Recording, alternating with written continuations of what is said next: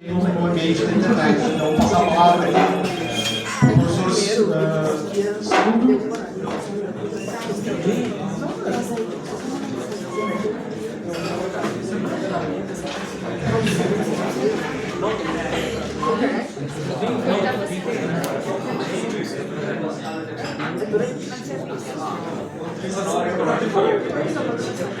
Boa noite, pessoal. Meu nome é Silvio, sou professor também no Unicamp. Embora que o título possa assustar, ou parecer muito tecnológico, muito avançado, a ideia dessa conversa aqui é tornar bem acessível mesmo. Então, realmente para quem fiz essa apresentação, pensando quem não conhece nada sobre o tema, e quem conhece também talvez vai aprender um pouco mais. Tá? Então, é uma conversa mesmo, assim, uma conversa de boteca, né? Sobre esse tema, que é muito importante e bastante atual. Então a gente vai falar sobre como detectar e neutralizar ameaças na internet, ou sistemas computacionais como um todo, usando essa ferramenta, né, que é a IA.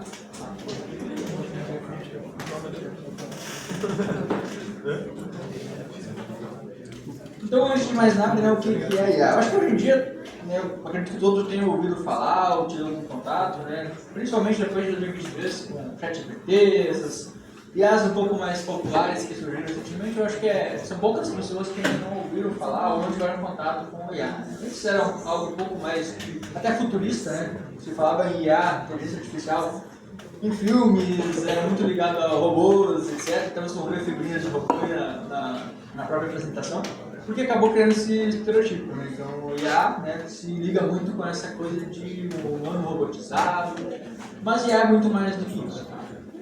Linhas bem gerais, assim, numa frase, se eu fosse explicar o que é IA, é basicamente o que está escrito ali, né? O campo da computação. Então, é uma das áreas da computação, ciência da computação, que é dedicado a criar sistemas, né? Assim como toda a computação. Né? Porém, são sistemas um pouquinho diferentes. Ele tem um objetivo um pouquinho diferente, e o objetivo é basicamente realizar tarefas que antes da IA existir, essas tarefas geralmente não eram realizadas por computadores, né? Ou pelo menos não apenas por computadores de forma automática. Ou seja, geralmente são operações, tarefas que requerem inteligência humana. Tá? Então a IA é isso, é inteligência artificial, como o próprio nome diz, ela tenta imitar a inteligência humana, mas ela não é inteligência humana, é inteligência artificial. Tá? Em geral, é isso que a gente chama de IA. Tinha uma, tá sem áudio TV, tinha uma animaçãozinha aqui nesse ponto, onde a IA ia falar, né? Era um exemplo, né? Então, uma das tarefas que antigamente, por exemplo, uma máquina não fazia era falar. Né? Agora você não está ouvindo porque está sem som ali, mas essa IA está falando, ela está lendo aquilo ali para mim. Então, é um exemplo de que hoje em dia a IA, né, ela tem diversas aplicações. Uma delas é a segurança, que a gente vai falar aqui. Mas uma das outras aplicações que está surpreendendo atualmente é a capacidade que ela está alcançando de se aproximar do humano. Né? Até nos próprios filmes, onde não existia IA assim, no mundo real, que era mais para ficção, a voz da IA, né, quando tinha aquele robôzinho falando, era aquela coisa robotizada mesmo, né? Aquela coisa que não é um humano falando. Se vocês ouvissem agora, vocês vão ver que parece muito um humano falando. Ainda não está perfeito, ainda tem... Para começar, tem várias IAs, algumas estão mais próximas, outras estão um pouco mais distantes, mas está ficando cada vez mais próximo do mundo real. Assim, essa inteligência artificial está cada vez menos artificial. Tem gente até que se questiona até que ponto, né, essa inteligência é somente artificial, né? Não está realmente chegando num nível muito próximo do ser humano. Então, você deve ter visto já, provavelmente, notícias, né, de fake news, etc., onde as pessoas estão fazendo os chamados deepfakes, que são aqueles vídeos, né, onde você consegue pegar a imagem de uma pessoa, colocar a voz da pessoa e a imagem se movimentando, falando uma coisa que ela não está falando. Né? Eu já vi, né, do dono da van, né, há pouco tempo tinha comerciais, inclusive patrocinados no Instagram, com o dono da van falando sobre promoções que não existiam, né, que eram fake, só para ganhar clique nos links, por exemplo. Né?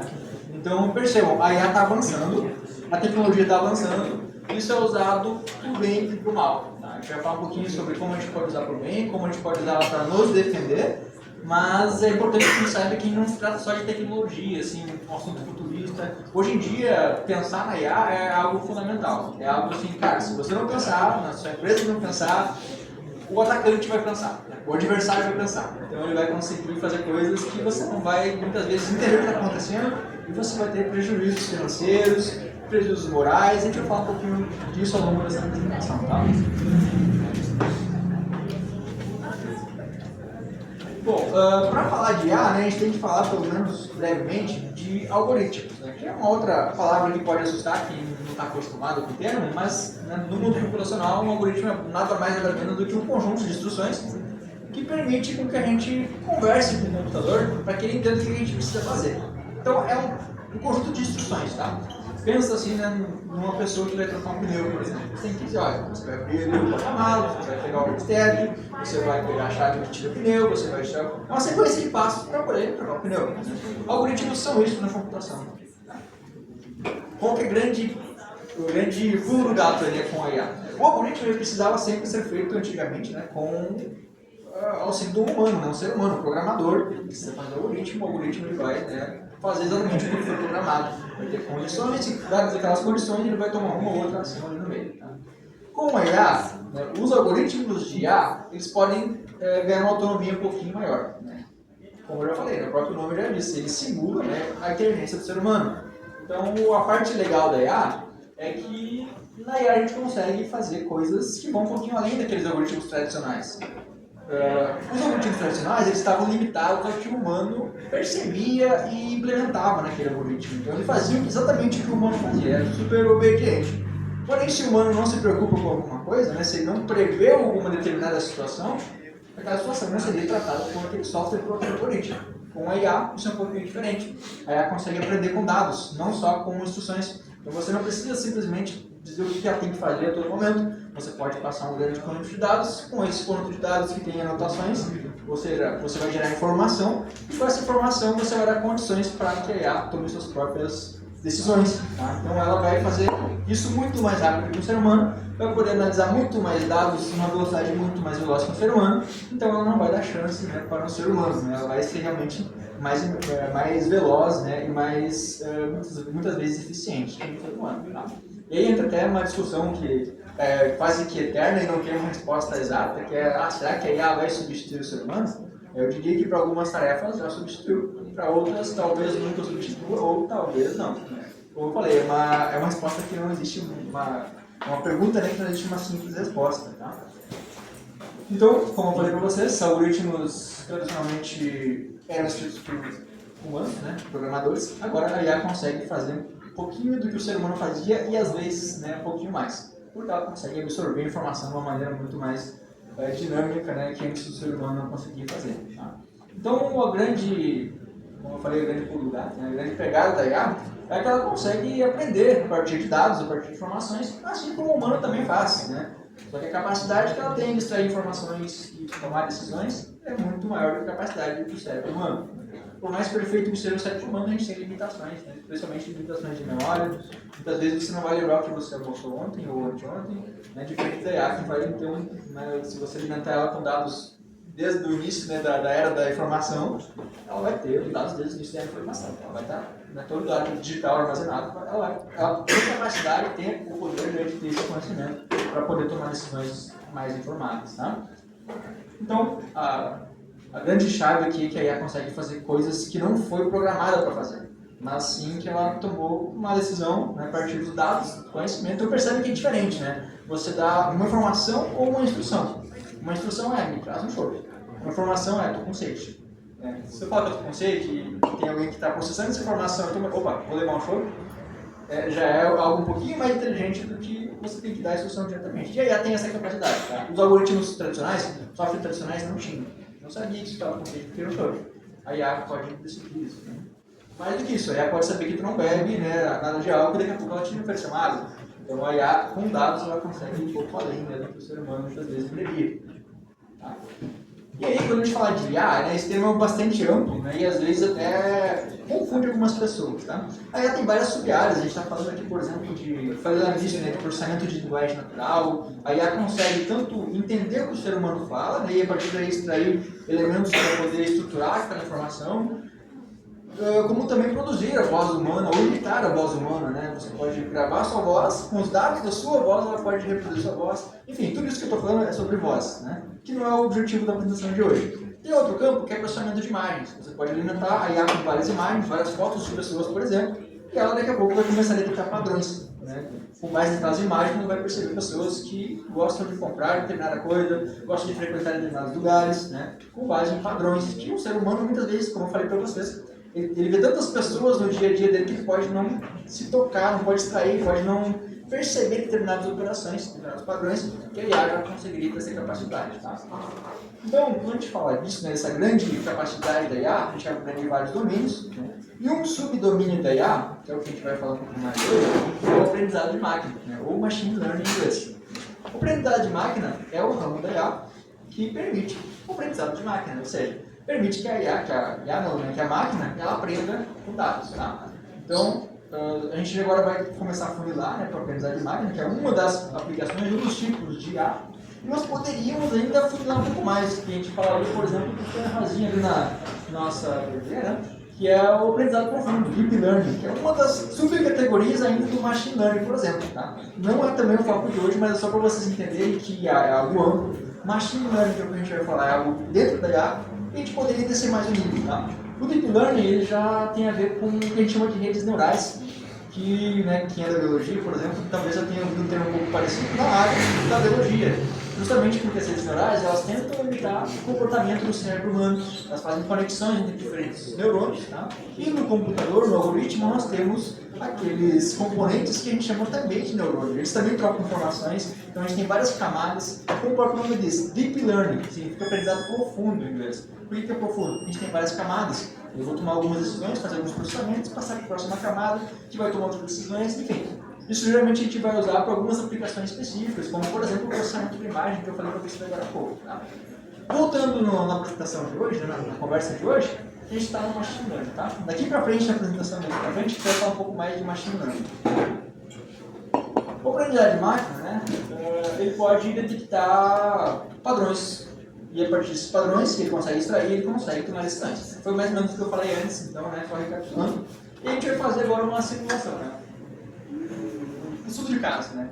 Imagina que a gente está usando a IA para detectar, né, identificar um assaltante, né? Antes de falar do mundo computacional, né? Percebam que o título da palestra é segurança, internet e IA, né? A gente não chegou ainda na internet, a gente está chegando agora na segurança, até agora a gente falou de IA, tá? Mas já falando de segurança no mundo mais físico, né? Sem internet.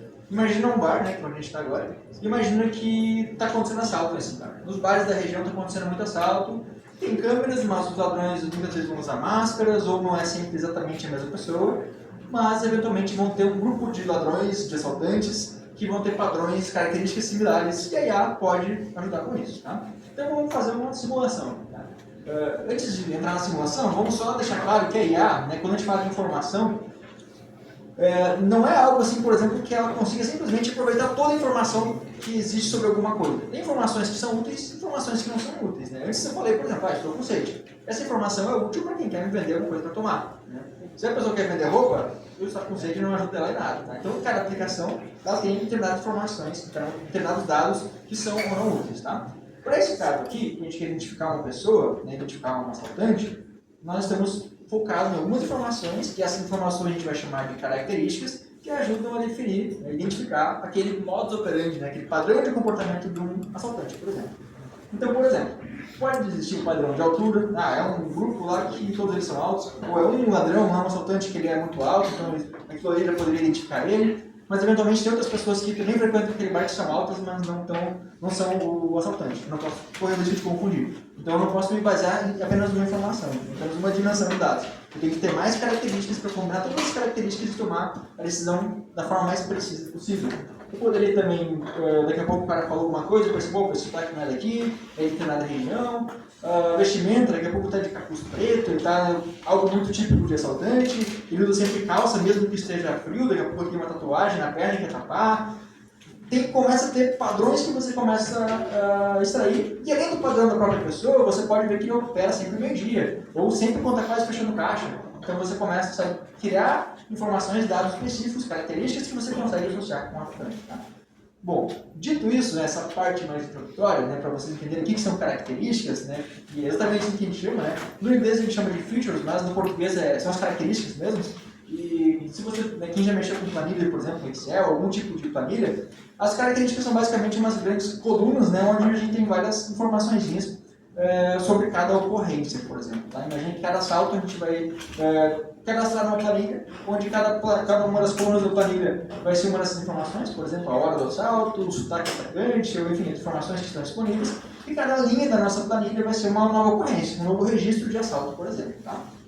Na IA, a gente, além de ter dados sobre assalto, tem que ter dados também sobre as pessoas que não são assaltantes, para que ele consiga justamente aprender o que é o que não é um atacante, né? O que é o que não é um assaltante, para que ele consiga diferenciar, distinguir. Tá? Então você vai ensinar a máquina o que é uma pessoa normal, né?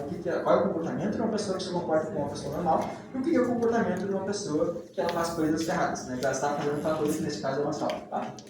Então imagina que teve uma ligação aqui também, mais uma vez a IA estava lendo para mim isso aqui, ela era uma ligação simulada, mas eu vou ler para vocês o que a IA estava falando, tá?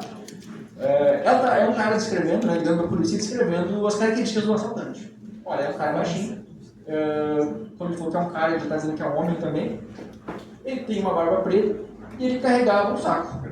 Então, o Bernardino com um saco nesse caso. Tá bem direitinho, hein? O Bernardino sendo suspeito, é errado. Não, o pai não tem mais uma branca. Olha aí. Não é branca, não. Eu sou progressivo, viu? O Papai Noel vai aparecer na apresentação antes, vamos ver. Olha só. Então, olha aí, Papai Noel.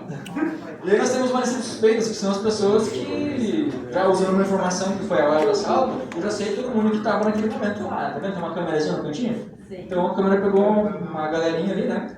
É claro que vocês não fazem ideia de quem é o atacante, né? Quem é o assaltante, todo mundo, né? Não dá para entender, né? Todo mundo parece pessoa de bem.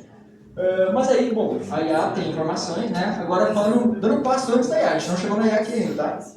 Nesse exemplo. Então, o dono do bar, ele ligou e falou, descreveu o atacante, tá? Óbvio, nesse exemplo bobinho aqui, que é pequenininho, você bate o olho e sabe que é o atacante, tá? Mas imagina numa situação real, que as informações não são tão óbvias assim, e as características não distinguem tão bem assim as pessoas, tá? Mas o que a IA faria, né, se nós tivéssemos um grande conjunto, ou mesmo no primeiro conjunto que é só ilustrativo? Ela começaria, né, se fazer perguntas, né, tomar algumas decisões no meio do caminho. Então imagina que a polícia tem uma IA, e ela pegou as imagens, né, das câmeras e começou a treinar essa IA, né, com essas imagens das câmeras. E ela começou a extrair alguns padrões. Então, logo, né, se o suspeito é homem, ela já exclui um suspeito. É alguém desses daqui. O suspeito, além de homem, ele é baixinho. E o Bernardino tem aqueles outros três ali. Aquele parece o Bernardino, tem a rua dele. Então já exclui três. Os altos já não são mais suspeitos. Tem a próxima pergunta, a próxima instrução, né, que é ele carrega um saco. Já começou a afundar um pouquinho mais. Então a IA começa a excluir. Opa, peraí, tem dois suspeitos. Será que é o Papai Noel? Ou será que é aquele cara ali que parece muito o Bernardino? Não se sabe ainda, nesse momento. Mas ele tem mais uma característica que ele falou, opa, ele tem barba preta. Imagina se aquele cara não se lembra de fato que tem barba preta e fala só que tem barba. O Bernardino é preso. Para o Bernardino não é preso, nós temos que ter essa informação. Então é uma característica extra que ajuda a tomar a decisão. Tá? E aí uma parte interessante, tá? Se é uma pessoa ligando, ela pode falhar. O humano falha, né? O humano não vai lembrar de, opa, era branca, era preta, mas estava apavorado naquela hora, não lembro. E aqui a gente está pegando mais uma vez um exemplo simples, que tu lembra que a barba era branca ou preta. Mas se começar a complicar e ter mais informações, tem duas pessoas com a barba branca e duas com a barba preta, você vai ter que lembrar da cor do sapato, você não vai lembrar de tudo isso. Ainda mais se você está apavorado no momento do assalto, tá? A IA, ela já tem uma capacidade muito maior de extrair informações. Então a gente já começa a dar 1 a 0 para a IA nesse momento aí, tá? Beleza, então nesse momento aqui, né? Suspeito identificado. É isso, não, tá preso, belezinha. Como é que a IA faz isso? Tá? Então, só mostrando um passo a passo de como que a IA... Tem várias... E aí tem um detalhe, tá? Tem várias formas da IA fazer isso. Lembrando que a nossa IA aqui já é o Machine Learning, que é uma das aplicações da IA. E dentro do Machine Learning nós temos N algoritmos também, tá? Cada um deles, ele pertence a uma família de algoritmos, então assim... É muito mais complexo do que a gente está falando aqui, mas, título de ilustração, pegando um dos algoritmos, que talvez sejam os mais simples, a gente pode chamar esse algoritmo de árvore de decisão, que é basicamente o que está desenhado ali, igual a gente vai falar no passo a passo, né, para vocês entenderem. Então vocês já acompanharam o passo a passo, né, de como que nós humanos fazemos, excluindo pessoas a chegar no ladrão, ali, no assaltante. E agora vamos ver como que a IA organizaria, como que ela montaria uma árvore de decisão para detectar e identificar quem que é esse atacante aí, tá? Bom, logo de cara, né, ela começa a separar. É homem, vai para a esquerda quem é homem, vai para a direita quem é mulher. Bom, naqueles que sobraram, é baixo. Vai 2 para a esquerda e o resto vai para a direita. E aí faz as mesmas perguntas que a gente tinha feito antes. Tem saco? Bom, tem 2 que tem saco nas costas. Beleza, então, para a direita, o cara que estava com uma picareta lá, por mais que ele tivesse uma picareta na mão, ele não é uma picareta dessa história aqui. Então vai para o outro lado. Sobraram 2. E aí vem a história, né? Tá aí abaixo. Olha abaixo.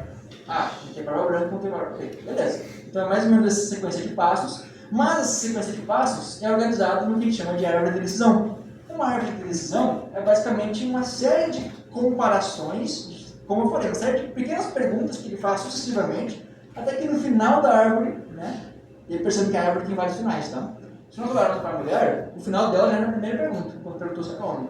Então logo ali, na primeira linha da nossa árvore, eu já consigo dizer, opa, essa aqui está liberada, pode deixar ela embora. E aí a gente vai afundando nossa árvore de decisão. Bom, desses homens que sobraram aqui, quais são os baixos? E aí vai afundando mais uma vez. Bom, quais que tem saco nas costas? Quais estão carregando o saco? Esses 2. Qual que tem barco? Tá. Percebam, humanamente falando, isso aqui não parece complexo. Né? Mas mais uma vez eu lembro vocês que esse é um exemplo simples e ilustrativo. Imagina que nós estamos olhando, né, analisando registro de milhares, ou muitas vezes milhões, ou muitas vezes bilhões de dados, né, que vocês vão olhar os primeiros 10 e já não vão lembrar mais do primeiro. Vocês, eu digo humanos, eu também sou humano. Então, eu também não lembraria depois de melhorar um pouquinho de dados. Então, não é bem assim, né? Não é tão simples assim. Mas no fundo, que aí a frase, é isso aqui, é essa a lógica. Com algo muito maior, muito mais complexo, com muitas outras perguntas, né? A mesma pergunta que ela fez em algum momento, ela pode fazer, por exemplo, determinada informação, né? É baixo, vai para cá ou vai para lá, né? Aqui a gente já está com uma pergunta já excluindo, mas daqui a pouco tu pode ver se é baixo, e aí de baixo tem que ser outra coisa, que é um tipo de resultante. Mas o cara que não é baixo, que ele é alto, ele também pode ser um outro tipo de resultante que faz um outro tipo de assalto, que vai ter que ter uma série de perguntas subsequentes para ele conseguir identificar, opa, então esse cara aqui é o assaltante de posto de gasolina, enquanto esse outro aqui é o cara que roubou o bar, esse aqui é o que não roubou nada, mas ele aplicou um golpe, esse aqui foi o cara que pediu o Pix. É assim que funciona, tá? É bem mais complexo do que parece, por mais que pareça. Mas a lógica é essa, tá? Assim, aumenta a complexidade, a magnitude disso, mas é assim que funciona uma árvore de decisão, tá? Então, o conceito é simples. Né? O que se torna complexo é o processamento, a capacidade de lidar com uma montão de dados ao mesmo tempo, tá? E se o Papai Noel for um atacante também, quer dizer, se daqui a pouco o Papai Noel começa a roubar, começa a assaltar, e aí? O que a gente faz, né? O que a IA vai fazer? A priori, né, e aí tem uma parte interessante, tá, que eu não falei para vocês ainda. Já falei que a IA aprende com dados, tá? Mas eu não falei para vocês que a IA ela tem 2 etapas. Ela tem uma etapa de aprendizado, que é o treinamento, e tem uma etapa de teste ou validação, ou seja, ela, quando está executando, está rodando mesmo. Tá? Imagina que eu acabei de comprar um sistema que diferencia os ladrões dos não ladrões, os assaltantes de não assaltantes. Quando eu acabei de comprar, se ele não vem com nenhuma informação de fábrica, ele não serve para nada, né? Assim, não está pronto para ser usado. Ele precisa de conhecer o padrão das pessoas que vêm no bar. E se eu começar a instalar uma câmerazinha aqui, pegar a cara de todos vocês e continuar fazendo sua manhã depois, e continuar fazendo por muito tempo, e daqui a pouco tem alguém que fez um assalto aqui e eu não sabia, né? Mas a câmera pegou, e eu ensinei a minha IA, tá vendo esse cara aqui, esse perfil? Ele foi um assaltante. Daqui a pouco, né, tem mais 10 mil pessoas que vêm aqui, com eu tinha um assaltante, mas daqui a pouco tem mais um assaltante também. Eu vou registrar esse perfil aqui, também é assaltante. Isso sucessivamente, tá? Depois que eu tenho um bom compilado de dados, né, imagina que eu já tenho milhares de ocorrências de assalto e milhares ou dezenas de milhares, geralmente a gente tem a maioria, né, não sendo assalto, é completamente normal. Isso na computação também é assim, tá, pessoal? O padrão é o tráfego normal, é aquela atividade que não é suspeita, não é maliciosa. Mas você vai ter uma parcela menor, normalmente, que é maliciosa, que representa um tipo de ataque, né? E quando eu falo ataque, lá no mundo cibernético, na internet, é um tipo de crime também, assim como nós teríamos o nosso assalto aqui no mundo real, né? No nosso bar, por exemplo. Tá? Então, a IA tem 2 etapas, né? Principalmente o machine learning tem 2 etapas. Quando a gente fala de aprendizado supervisionado, tem essa palavra-chave, supervisionado, tem uma supervisão ali, ou seja, eu preciso daquela informação sobre essa galera aqui, é a galera do bem. Né? Então a galera que está ali, né, a galera que já está na cadeia, por exemplo, que fez assalto anteriormente, essas fotinhas aqui, essas pessoas com esses estereotipos, Né? Claro, não é tão simples assim, né? Falando bastante no mundo real. Né? Não é bem simples fazer o estereotipo, mas você pegaria todo o padrão de comportamento da pessoa para poder, aí sim, criar um modelo que diga isso aqui é um adotante, isso aqui não é. Tá? Mas aí que tá.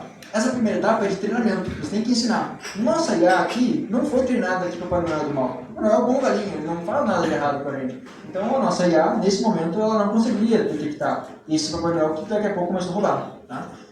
Porém, né, a IA ela aprende com dados. Se eu tinha uma câmera filmando que o Papai Noel fazendo aquela atrocidade, eu posso ensinar para ela: opa, isso aqui é um perfil de ataque, isso aqui é um atacante, então Papai Noel também roubam, também assaltam. Tá? Depois dessa ocorrência, depois que eu ensinei a minha IA que o Papai Noel faz essas coisas, os próximos Papai Noel se ferraram, vão ser presos também, por mais que eles não sejam atacantes. Tá, aí o que acontece? Eu tiro o Papai Noel do mal e daqui a pouco vem o Papai Noel do bem que eu prendo ele. Né? E aí, o que eu faço? Eu tenho que ter mais características. Lembra que a cor da barba diferenciou o Bernardino do Papai Noel? Sim. Daqui a pouco a gente vai ter que identificar, bom, e esse Papai Noel aqui que é igual a esse outro aqui? Ele é realmente igual?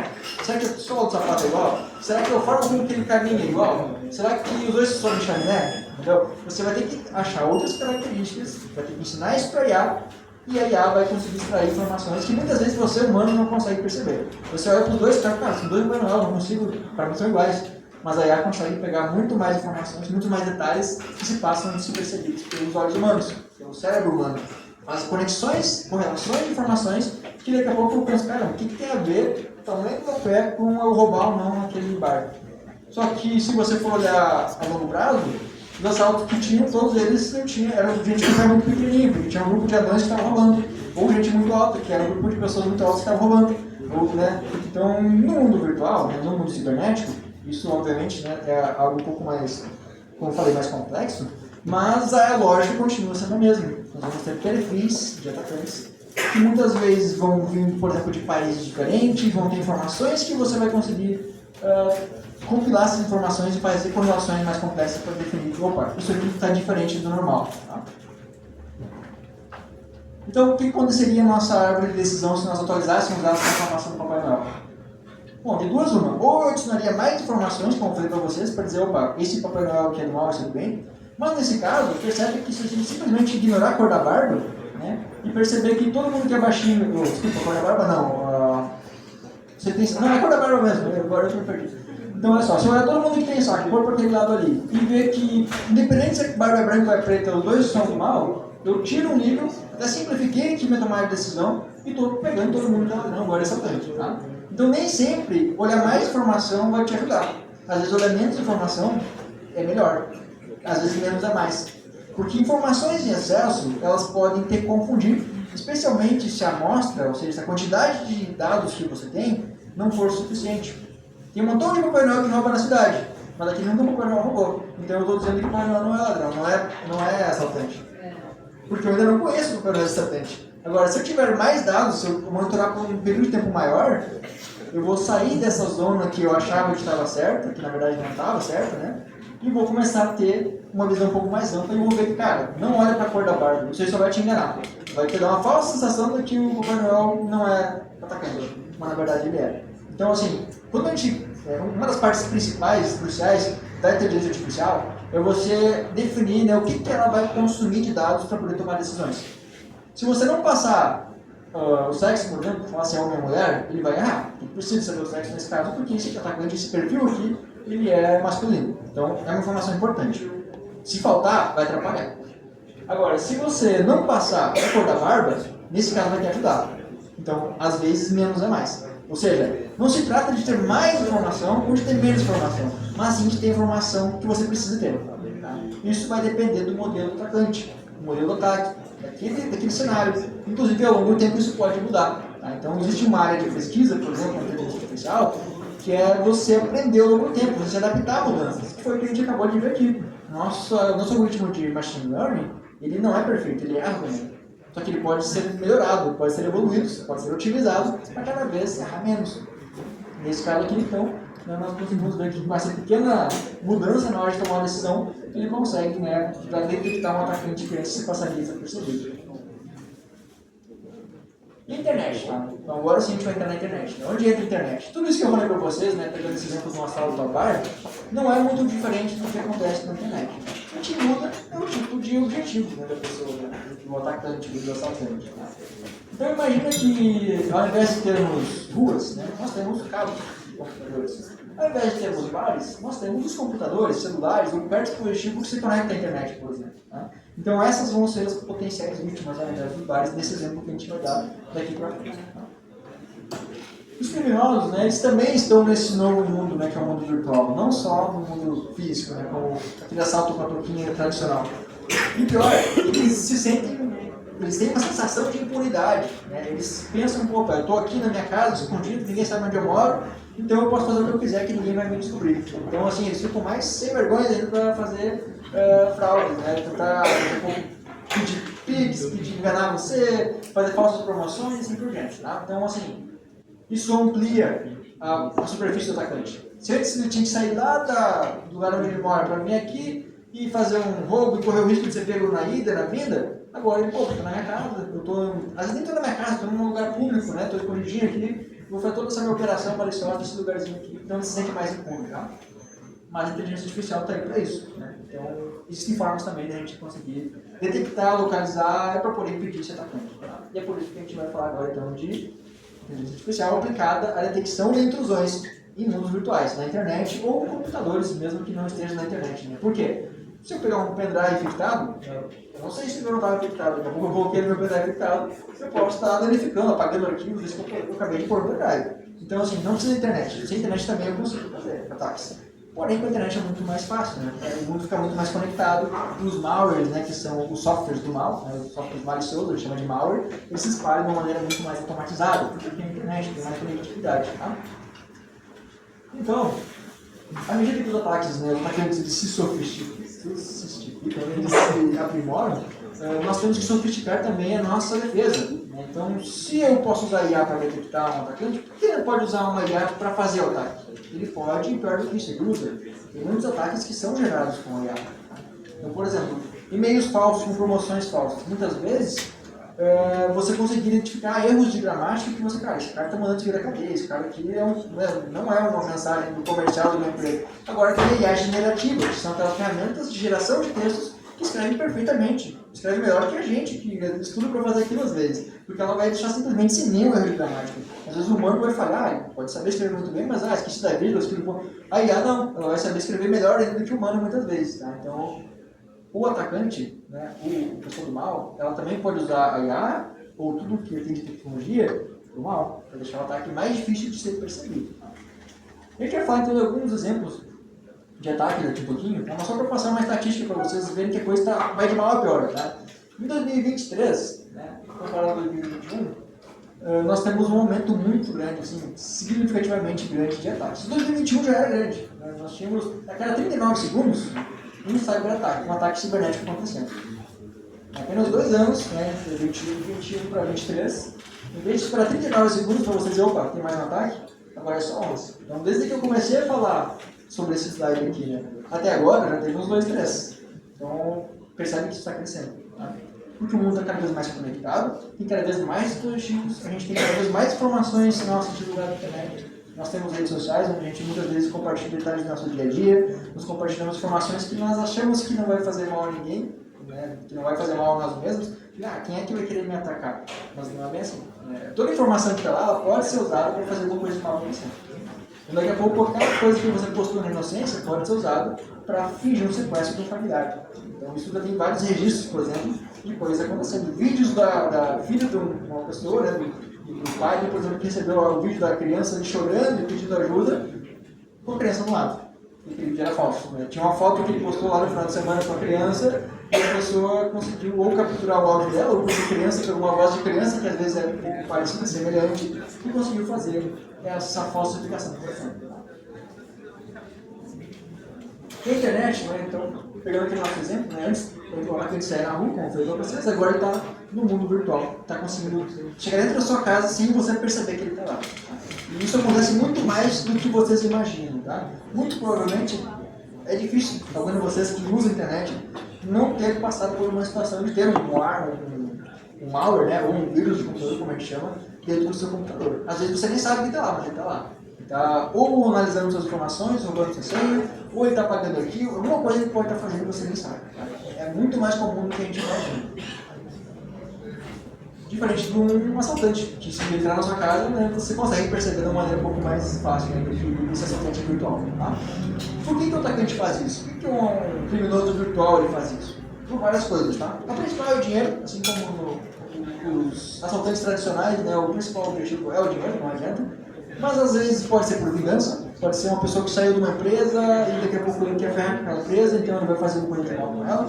Pode ser uma empresa adversária, pode ser um país concorrente, enfim, pode ser simplesmente você querer causar algum dano para aquela pessoa, para aquele alvo, para aquela empresa, tá? Ou ainda, que é o pior, né, simplesmente por diversão, por aquela sensação de poder que muitas pessoas têm.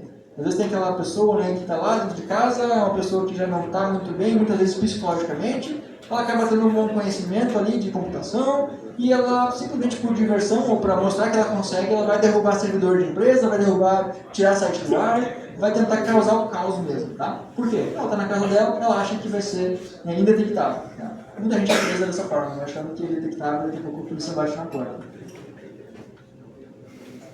E aí eu pergunto, todo ataque é igual?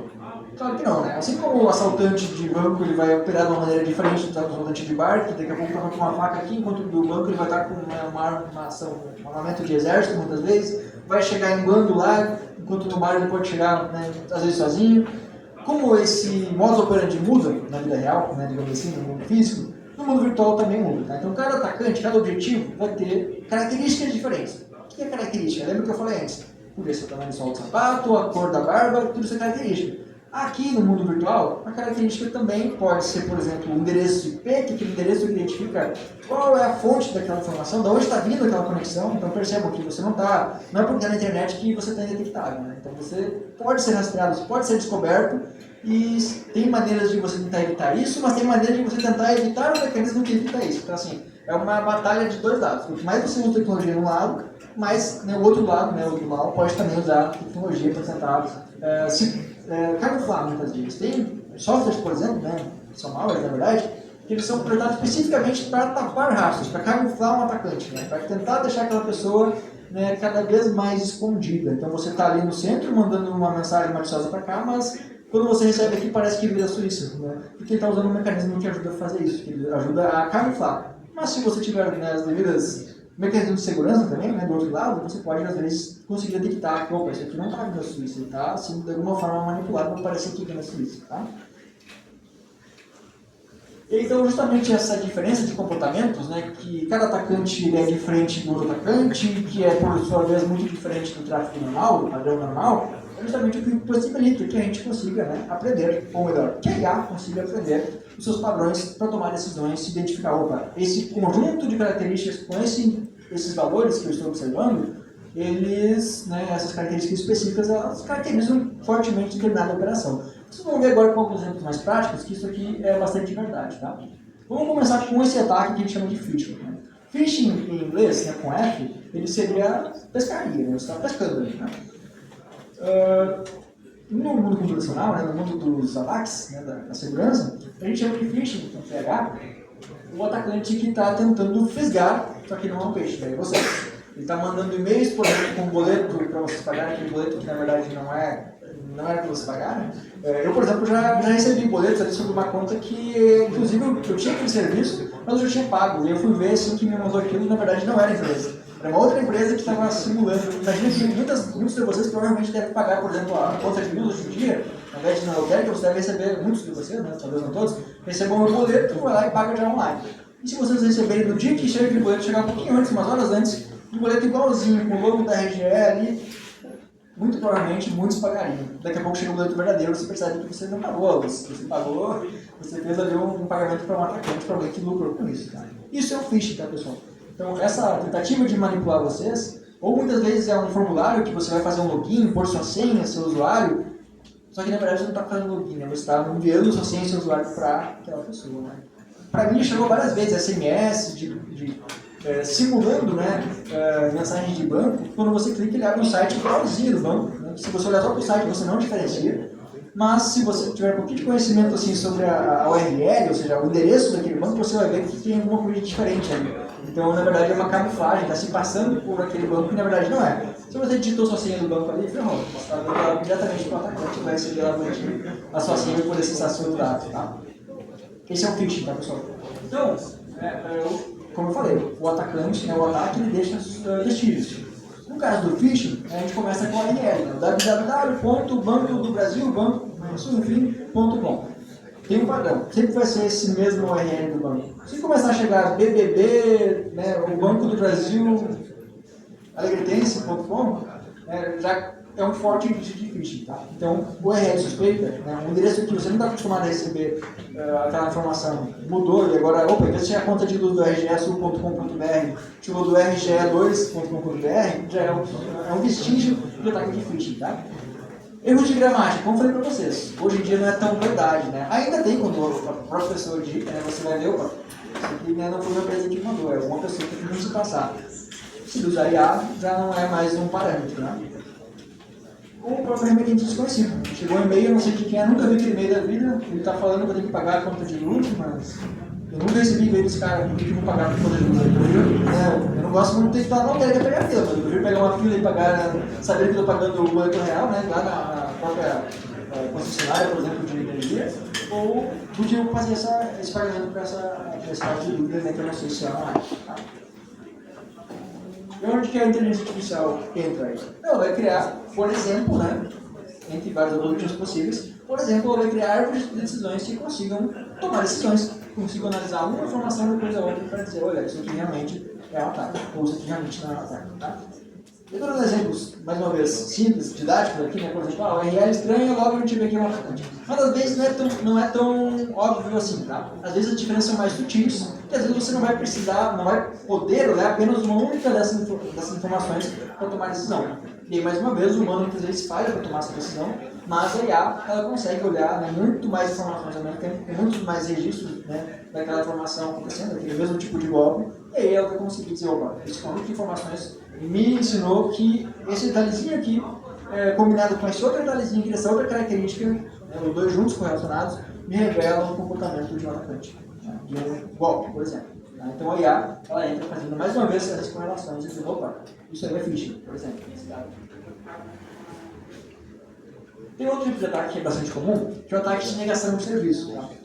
Os ataques de DOS, né, que é o Denial of Service, ou em português a negação de serviço, basicamente ele quer, como o próprio nome diz, negar o serviço. Ele quer fazer com que alguma coisa não funcione. Tá? Ele quer impedir que as pessoas que usam um determinado serviço consigam usar aquele serviço. Tá? Um exemplo bem simples de ataque de negação de serviço é eu pegar, por exemplo, a conta e agência do banco de vocês, né? Daqui a pouco eu vou passar para mim, para fazer uma transferência para vocês, tentar digitar 3, 4 vezes a senha aqui no meu aplicativo do banco. Você não poder mais acessar o banco de vocês. Né? Vai bloquear a senha, você vai ter que ir lá no banco para conseguir, mais uma vez, poder acessar a senha de vocês, trocar a senha de vocês, etc. Tá? Então, esse é um exemplo simples de ataque de negação de serviço. Existem os DDoS, que são os ataques de negação de serviços distribuídos, né? Que você vai basicamente bombardear, no sentido de mandar várias requisições, várias mensagens para um servidor, para um computador, para que ele não consiga ser capaz de responder. Tá? A gente está falando aqui de um servidor, por exemplo, né, um site, alguma coisa do tipo. Mas para vocês terem uma ideia, um mundo um pouco mais do cotidiano de vocês, imagina o WhatsApp. Você tem que responder uma mensagem muito importante do WhatsApp que vai chegar próximo do meio-dia. Se uma pessoa que é muito do mal sabe disso, ela vai pegar várias pessoas que roubam vários celulares e vai começar a mandar várias mensagens para vocês próximo do meio-dia. Você vai olhar seu WhatsApp, chegou aquela mensagem muito importante, tem 10 mil mensagens. Como é que você vai achar aquela mensagem importante que você nem sabia quem ia mandar? Você sabia que você ia receber uma mensagem de alguém. Daqui a pouco é uma entrevista de emprego, você não sabe qual o número que vai te mandar a mensagem. Como é que você vai achar aquela mensagem? Né? Você não vai achar na hora, você vai, no mínimo, sofrer um pouquinho. Né? Daqui a pouco seu celular vai encher a memória, não vai nem abrir mais o WhatsApp. Né? Isso é um ataque de negação de serviço. Tá? Esse é um exemplo de como aconteceria, né, no WhatsApp, mas que acontece também com servidores. Daqui a pouco você vai acessar o site do banco, de alguma instituição, por exemplo, ele não vai abrir. E muitas vezes pode ser essa a razão. Pode ser atacantes bombardeando, né, esses ataques. Tá? Esses ataques não, essas vítimas. Tá? Mais uma vez, esse tipo de atacante, ele é diferente do phishing, é um ataque diferente, e ele deixa rastros diferentes. Então você pode olhar, por exemplo, tem muitos endereços IPs. Lembra que eu falei antes? Endereço IP é aquele endereço, né, que cada computador ou cada rede na internet tem um endereço diferente. Então, se está chegando uma requisição, por exemplo, de um IP, daqui a pouco chega outro, eu sei que estou falando de um determinado computador. Né? Agora, se começa a chegar de 10, 20, 30, 40 empresas ao mesmo tempo, e no padrão, assim, né, ao longo do tempo, olhando mais uma vez dados, isso não é normal. Né? Normalmente tem 4 ou 5 empresas diferentes mandando mensagem para mim, mas agora estou recebendo de 20, 30, 40 mil, 2 mil, 10 mil empresas diferentes. Esse é o primeiro resquício, né, o primeiro vestígio clássico, né, de um ataque de negação de serviço distribuído, tá? Que está vendo mensagens distribuídas de vários lugares diferentes. O próprio elevado número de requisições também pode me levar a detectar esse tipo de ataque. E também a disparcidade geográfica, ou seja, eu estou vendo que está vindo conexão lá da Suíça, da Indonésia, não sei de onde, e eu só tenho serviço, só tenho cliente no Brasil. Minha empresa só atende no Brasil, porque eu tenho esse montão de pessoas, né, de lugares diferentes do mundo. Eu estou sempre, por exemplo, do site do Enem. O site do Enem costuma ficar fora do ar durante a pré-inscrição. E aí tem 2 fatores aí que são importantes. Um dos fatores é que se você olhar para requisições, né, o número de requisições, normalmente você vai ter elevado o número de requisições, só que isso nem sempre é um ataque. Às vezes as pessoas que realmente estão ao mesmo tempo tentando acessar aquele sistema sobrecarrega, às vezes fica fora do ar, acaba até causando uma negação de serviço, mas não é um ataque de negação de serviço. Agora, o atacante ele pode aproveitar, que ele sabe que vai acontecer isso, e disparar o ataque dele justamente naquele momento quando as pessoas querem acessar o site do Enem de inscrição. Daqui a pouco o atacante é um aluno que vai fazer o Enem e ele quer tentar prejudicar com que as pessoas, né, para que outras pessoas não se inscrevam, né, no Enem. Daqui a pouco ele vai conseguir fazer com que muitas pessoas percam a sua inscrição e daqui a pouco ele vai se beneficiar com isso. Então ele pode achar isso muito estratégico para poder atacar. E aí que entra, né, mais uma vez, a IA. A IA ela não vai poder simplesmente olhar para o alto número de requisições. Ela vai correlacionar aquele alto número de requisições com o período, por exemplo, época de inscrição do Enem. Então, realmente, isso é esperado. Com outras informações. Por exemplo, está vindo inscrição da Indonésia, da China, dos Estados Unidos, milhares de requisições. Por quê? Ok, pode estar alguém fora do Brasil se inscrevendo para o Enem aqui, porque está viajando, ou porque mora fora, mas é brasileiro, vai fazer Enem, enfim. Agora, faz sentido receber metade das requisições de fora do país? Muito provavelmente não, né? Então, a disparcidade geográfica, esses vários IPs diferentes vão me revelar, isso aqui é um ataque de negação de serviço. Então você pode bloquear aqueles IPs, por exemplo, você pode tomar ações para prevenir, para mitigar aquele ataque que está em andamento, tá? E assim acontece para outros ataques. Interação, deixa eu só para não me perder. Não sei se eu estou perto do horário, não? Aí boa, Tá? Só para ter uma noção mais, né? Então... Bom, então seguindo, pessoal, sem cortar então a conversa, né, que está no tempo, um outro tipo de ataque, por exemplo, é o wiper. O wiper, em inglês, é o limpador. O limpador de para-brisa, por exemplo. Ele tem esse nome de limpador porque, assim como essa imagem mostra, ele tem essa característica de detonar o computador. Só que ele não detona como está aparecendo aqui, não quebra o computador de verdade. Mas ele faz com que muitas vezes o computador fique ligue, porque ele acaba apagando arquivos importantes, arquivos de configurações, arquivos que são informações do usuário. Então, desde informações importantes pessoais, quanto informações importantes para o próprio sistema funcionar. Tá? Então, o wiper, o ataque limpador, ele mais uma vez tem mais um padrão diferente de ataque, né, de comportamento do que eu falei anteriormente. Tá? Então, ele também deixa vestígios específicos. Né? Por exemplo, se eu ver que tem muita coisa sendo excluída ou exclusões anômalas, por exemplo, tem arquivo de sistemas, né, que é alguma coisa que o computador precisa daquele arquivo para se manter ligado. Aquilo sendo excluído, por que está sendo excluído? É uma coisa anômala, é uma coisa normal, já é um fortíssimo indício de que aquilo, né, está sendo feito por alguém que quer explorar uma vulnerabilidade, né, do computador para conseguir fazer aquele ataque e, né, tentar fazer com que aquele computador pare de funcionar. Além disso, né, tem uma coisa que a gente chama de controle de permissões dos computadores, que é basicamente, como o próprio nome diz, controlar quem tem permissão de acessar determinada informação, de acessar determinado diretório de arquivos, ou quem tem essa informação, permissão suficiente para excluir, ou quem tem permissão, né, para poder acessar, excluir, modificar, criar novos arquivos, tá? Então, tudo isso, todas essas alterações, se tiver tentativas de alteração de permissões, por exemplo, um usuário que estava lá só para ler arquivos, ele tentou alterar sua própria permissão para começar a escrever ou para começar a excluir, isso é mais um vestígio, né? Mais um traço, mais um rastro desse nosso ataque, que é o wiper. Tá? Temos também ali o elevado uso de recursos computacionais. Então, assim, quando você está com o seu computador ligado e você não está executando nada, se você abrir lá o nosso gerenciador de tarefas, por exemplo, né, o software que tem no Windows, por exemplo, que mostra o que está sendo executado, O esperado é que não esteja sendo exigido, por exemplo, muito recurso computacional, que o seu processador não esteja trabalhando muito naquele momento, porque não tem nada aberto. Agora, você abriu um montão de aba no Google Chrome, você abriu o Word, você abriu um montão de coisa, é natural que vai subir, tá? Agora, se não tem nada aberto e aquele processamento sobe, às vezes até ouve o computador acelerando, assim, não tem nada aberto, pode ser mais um vestígio, né? Mais um rastro, mais uma pegada desse atacante que está executando algum malware malicioso ali que está, enquanto você acha que não está fazendo nada, né? Porque senão não vê nenhum software, ele está rodando lá e fazendo essas operações, de distribuir arquivo, de renomear arquivo, de mover arquivo, de criar novos arquivos, tá?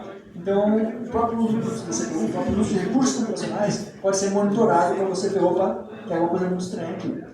E o IDS, né, mais uma vez, ele entra para fazer essa correlação. Porque daqui a pouco tem alguém que está fazendo uma limpeza no seu próprio computador. Ah, estou cheio de fotos, de vídeo, vou apagar tudo isso aqui agora. Então, assim, ter um alto número de direções pode acontecer às vezes. Agora, se isso acontece no mesmo momento, né, que outras informações começam a ser reveladas, ao mesmo tempo que você está tentando várias coisas, você está trocando a sua permissão, já começa, opa, será que uma coisa realmente deveria estar correlacionada com a outra? Se a pessoa só estivesse limpando as fotos antigas, é possível que não. E claro, você vai olhar várias outras informações correlacionar isso tudo, né, através da IA, e você vê, opa, peraí, esse padrão, esse conjunto de características está muito parecido com o cara que faz, que é o wiper, né, que é o cara que faz esse ataque do tipo wiper. Então, é assim como eu sabia que o cara barbudo lá, baixinho, era o assaltante, agora eu sei que esse cara que tem essas características de comportamento, ele é o cara que faz o ataque wiper. Tá? E outros ataques também. Tem o famoso ransomware, né, que aconteceu muito, inclusive quando eu trabalhava aqui na Rede, nas empresas da cidade, na época da faculdade, aconteceu com vários clientes que a gente atendia. Né? Os ransomwares basicamente são sequestros de dados por atacantes, né, que eles fazem também através de softwares, ou melhor, de malware. Né? O malware é o software malicioso. Tá? Então, se você tem um software que ele faz coisas maliciosas, como por exemplo sequestrar dados, por que sequestrar dados? A gente tem uma coisa chamada criptografia, né, na computação, que é basicamente você proteger uma informação para que ela seja inalterada, para que ela seja ilegível. Tá? Geralmente quem faz isso é o dono da informação, né, que quer proteger, como se você pegasse um documento importante e colocasse no cofre. Porém, no mundo computacional, né, no mundo da segurança, os atacantes eles fazem quase a mesma coisa, só que eles ficam com a chave para eles. Eles não dão a chave para o dono, né, do arquivo. É como se eu invadisse no escritório de um de vocês aí, e pegasse aquele montão de documentos e colocasse num cofre e soubesse, e fosse embora. Tá? E ninguém consegue abrir aquele cofre, porque é um cofre super tecnológico, um cofre muito robusto. Só quem consegue abrir aquele cofre sou eu, o atacante, porque foi eu que chamei. Eu que tenho ou a senha, ou eu que tenho a chave para poder abrir aquele cofre. É exatamente assim que funcionam os ransomwares, tá? Só que sem precisar de um cofre físico. Ele faz isso usando criptografia, que é o algoritmo, né? São as técnicas computacionais que conseguem também guardar esses dados como se fossem nos cofres dentro do computador. E o que eles fazem, né? Eles vão mostrar uma mensagenzinha já automatizada dizendo, olha, quer ter o arquivo de novo? Faz um Pix aí de tanto. Não é Pix, tá? Geralmente usam o Bitcoin ou criptomoedas, que é mais, né, como eu falei para vocês, tem formas de você conseguir se camuflar. Se você pedir um Pix, ele vai mandar o Pix para você e você vai saber, né, qual conta que está fazendo o Pix. Então o atacante tenta também, muitas vezes, tapar seus vestidos. Tá? Às vezes pode até ser Pix, mas obviamente não vai pegar o cartão dele. Ele vai fazer um phishing antes. Lembra o que é phishing? Phishing é roubar a conta de alguém. Eu já roubei a conta lá do Bernardino, né? E eu vou mandar para a conta dele. Então, além de eu estar fazendo com que aquela informação, né, que o ataque, que a vítima faça o Pix para a conta do Bernardino, além de eu ganhar o dinheiro daquela pessoa, eu vou estar ainda apontando para outra pessoa. Daqui a pouco o Polícia Federal vai lá do Bernardino, coitado, está sem a conta do banco dele e está sendo acusado de ser preso. Então, o atacante ele pode fazer isso. Tá? Então, o ataque é ficando cada vez mais sofisticado. E aí, mais uma vez, a IA ela vai poder achar registros, achar vestígios desse tipo de operação.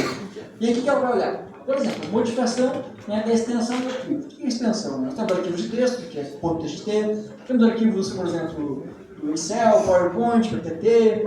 Cada arquivo, né, cada tipo de arquivo tem uma extensão diferente. Então, geralmente 3 ou 4 letrinhas que aparecem no final. Um dos comportamentos básicos, né, do malware, né, de ransomware, ele vai ser esse, vai se trocar a extensão, só que não de um ou dois arquivos, né, porque isso aí a gente troca o tempo todo, a gente salva novos arquivos, a gente muda alguma coisa. Agora, se você tiver milhares e milhões de arquivos, né, muitas vezes com a extensão trocadas em poucos segundos, geralmente não é uma pessoa que está fazendo isso, né? Geralmente é um software, e esse software, muito provavelmente, é um malware, um software malicioso. Só trocar a extensão não vai me dizer que não é um atacante, né? Porém, eu posso olhar mais coisas ali, né? Mais características, né? A minha pode olhar um conjunto de características, mais uma vez, para detectar esse padrão, como, por exemplo, o uso normal da criptografia, né, que é aquele mecanismo de pôr coisas no cofre, por exemplo, né, ou o próprio uso intenso de CPU. E percebam que a gente está vendo uma característica agora, que é o uso intenso de CPU, que ele também revela outros ataques, como o próprio wiper que a gente viu antes. Então, se eu só olhar para o uso intenso de CPU, eu posso até detectar que tem alguma coisa acontecendo. Essa coisa pode ser um jogo que eu estou jogando, ou se eu sei que não tem nem nada normal acontecendo ali, nem um jogo, nem um computador, nem um processamento pesado acontecendo, eu já sei que provavelmente é um atacante. Mas eu ainda não sei qual é. Pode ser o wiper, pode ser o ransomware ou vários outros. A IA, se olhar só para isso também, ela não vai saber qual utilizar. Mas quando ela correlaciona essa informação com outras informações, por exemplo, eu estou criptografando muita coisa. Então provavelmente não é o wiper. O wiper ele destrói, ele exclui. Enquanto que o ransomware, ele está guardando, ele não joga fora. Porque ele não quer só causar o mal, assim, de dizer, olha, você não vai acessar essa informação nunca mais. Ele quer, olha, você até vai acessar, mas você tem que pagar para isso. Diferente do wiper. O wiper ele só quer destruir, ele quer causar o mal ali e eu não quero saber que conversa, quero destruir essa informação, tá? Então, ataques diferentes têm operações diferentes, tem muitas características diferentes, ele abre poder processar de forma diferente para detectar e diferenciar uma forma de ataque da outra forma de ataque. Uma vez ele vai conseguir fazer essa diferenciação. Para finalizar, os ataques, temos os keyloggers. Os keyloggers são espiões que você vai ter malwares também, né? Software maliciosos, que eles vão pegar as informações, mas não as informações salvas do seu computador, e sim as informações que você está digitando. Geralmente ele está interessado em detectar senhas, tá? Então, como é que ele funciona? Ao invés de operar como phishing, por exemplo, que ele manda para você uma página falsa, para você digitar assim aquela página falsa e ela ir direto para o atacante, ele faz uma coisa um pouquinho mais sofisticada. Deixa que você acesse a página do banco e as páginas do seu e-mail, enfim, você vai acessar as páginas reais, não é páginas falsas. Mas quando você digitar sua senha, é como se você estivesse pelo aparelho escutando tudo, né? Só que ele está armazenando tudo que você digita. Cada tecla que você aperta, ele vai conseguir apertar. Opa, você apertou A, apertou B, apertou C. E ele consegue saber, né, que você está digitando isso no site do banco, por exemplo. Tem técnicas, né, agora, que pega, por exemplo, o título da janela que está aberta. Então a pessoa digitou lá Silvio 123 na página do banco. Então, muito provavelmente, né, a senha do cara é o Silvio. Então, é assim que funciona os keyloggers. Mais uma vez, né, se você usar IA, você consegue pegar algumas coisas ali, né, alguns indícios de ter um keylogger numa máquina. Como, por exemplo, acesso ao clipboard. O que é isso? Quando você vai Ctrl-C, Ctrl-V, que é o copiar e colar, famoso, né? Tem keyloggers que pegam também a informação que estão nessa área de transferência. Então, acessos indevidos, né, a essa área de transferência podem ajudar a identificar que você tem um keylogger no seu computador. Óbvio, isso já foge até do poder humano simples, assim, né? Você não consegue ver se alguém está tentando espiar ou não sua área de transferência. Mas se você usar um sistema, né, um software específico para isso, ele vai estar o tempo todo monitorando, né, as chamadas de sistemas, ou seja, as funções do computador que são responsáveis por transferir aquilo que vai rolar. E se essa função tiver vários colar, por exemplo, né, ou seja, né, operação de colar, e isso não for o usuário que está fazendo, né, ou está acontecendo muitas vezes, está sendo acessando periodicamente, enfim, tem um padrão diferente do que é normal, do que é esperado, de acesso ao que está copiado, isso é um forte indício de que tem um keylogger. Além disso, é óbvio, né, você pode ver se tem teclas sendo capturadas por processos indevidos. Ou seja, se você abre o Word, é óbvio que ele vai capturar a tecla. Se você abre o Excel, ele vai capturar a tecla também. Agora, você abre alguma outra informação ali, algum outro software, por exemplo, que só te dá informação, né? Você vai só assistir, por exemplo, uma TV, né? E você não tem que usar a tecla para nada, nem para aumentar o volume, nem para nada. Esse software não deveria estar capturando o seu teclado, né? Ele não deveria estar registrando o que você está digitando. Então, muitas vezes, isso pode estar sendo, mais uma vez, um malware, tá? Do tipo keylogger. E aí, uma coisa legal dos keyloggers, legal para o atacante, para nós não é legal, é que tem os cavalos de Troia, né? Os Trojans, que são, por exemplo, softwares normais, mas que tem ali injetado o keylogger. Então, você está usando, você abre o software, o Word, por exemplo, ele está pegando suas teclas, normal, ele pode. Só que a pessoa, né, que publicou aquele Word não era a Microsoft, né, era um fornecedor falso, ou seja, era uma pessoa que modificou o executável, o software do Word, para que ele, além de capturar as teclas para escrever seu textinho bonitinho, ele vai também capturar teclas que você digita em qualquer outra aplicação que não é só no Word. Tá? Então, isso aí é uma técnica um pouco mais sofisticada, mas que também é usada por atacantes que fazem isso. E além disso, você pode ver que tem processos muitas vezes desconhecidos. Embora que muitas vezes esses processos sejam camuflados, os atacantes tentam usar nomes de processos legítimos, né, de softwares legítimos, muitas vezes você vai conseguir ver que tem softwares para mais que você não executou como usuário, mas que estão rodando ali. Tá? Isso não é trivial, tá, pessoal, de perceber. É mais uma vez, por isso que a gente usa a IA. Então a IA vai usar todas as informações juntas, correlacionadas, como vocês já ouviram falar várias vezes, e vai conseguir decidir isso, né, se é um atacante de uma maneira muito mais fácil, tá? Bom, pessoal, tudo isso que a gente falou, né, como eu falei para vocês no início, já é um pedaço da IA, que já está dentro, né, daquela área de Machine Learning, então é um pedaço também de Machine Learning, é uma das aplicações que existem, uma quantidade e diversidade de atacantes que tem por aí, né, eu mostrei para vocês 4, 5 aqui, mas tem milhares, tá? Ou, se não milhões. Cada um deles vai ter suas características bem individuais, mas também características que se assemelham àquelas características de outros ataques, ou pior ainda, ataques que tentam imitar o comportamento humano. Lembra que nós temos uma coisa chamada IA? Que a IA tenta simular a inteligência do cérebro humano? Se o atacante começar a usar IA, se o atacante começar a simular a inteligência humana de alguém que está tentando fazer um saque na sua conta, de alguém que está tentando excluir um arquivo velho, se ao invés de sair deletando um montão de arquivo, deletar um de vez em quando, mas que era um arquivo muito importante, será que minha IA do bem que vai pegar isso? Ela tem que ser um pouco mais inteligente, tem que evoluir ela, tá? E a gente tem várias áreas de pesquisa, tá, pessoal? Que a gente trabalha, tá? Vou falar um pouquinho agora no final sobre algumas... Assim, dar um tapinha nas possíveis pesquisas que a gente faz. Mas o que fica importante, o que tem que estar na cabeça, né, de todo mundo, é que embora que A apareça um termo meio futurista, né? Neutralizar as ameaças de hoje em dia com o uso de IA não se trata só de um futuro, assim, no sentido de uma tecnologia nova, algo super diferente, inovador, que legal. Não, é algo já mais básico, tá? Então, assim, aplicar, né, usufruir do que a IA nos fornece, tem a ver com a nossa liberdade, né, com o nosso futuro, né, daqui para frente, e também com a nossa privacidade. Né? Então, usar a IA não é mais opcional, ela está sendo cada vez mais mandatória, tá? Para softwares que precisam monitorar e detectar o software.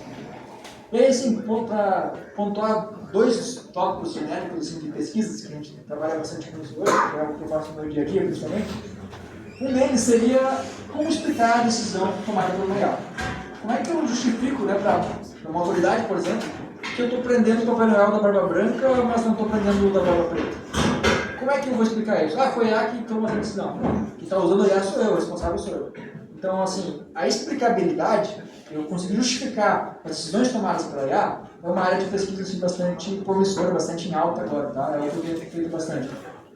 Mais do que isso, né? Como é que eu torno mais precisa a decisão? Eu falei muito da IA, dos benefícios, mas o que eu talvez não tenha enfatizado tanto é que a IA não é perfeita, ela erra. Né? Em algum momento eu mencionei aqui, mas deixando bem claro, a IA erra. A IA ela tem uma taxa de acerto. Né? É 50%, é 60%, é 80%? O ideal é que fosse 100%, mas na maioria das vezes não é.